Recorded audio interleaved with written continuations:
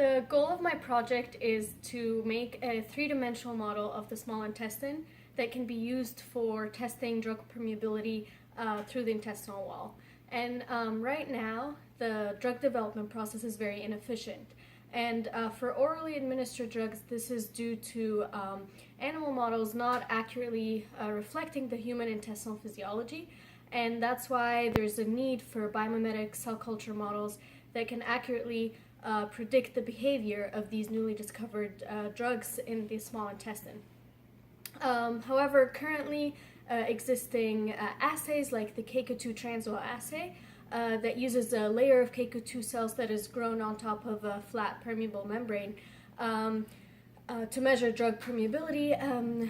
This one has a 2D static nature to it that does not allow it to represent the 3D environment of the small intestine, and as a result, the permeability values that you get, especially for low permeability drugs, are orders of magnitude different than the ones that you see in vivo.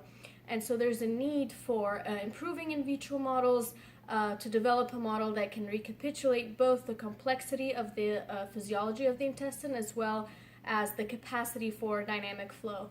My scaffold design consists of a thin film scaffold that is made of a material called polycaprolactone.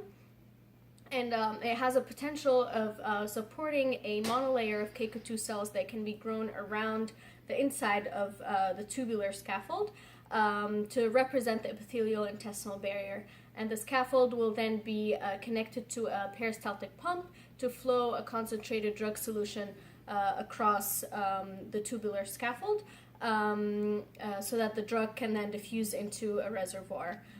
This project relates well with IFER's mission of supporting the development and validation of new scientific methodologies, since it will advance the way that pharmaceutical companies go about testing new drugs.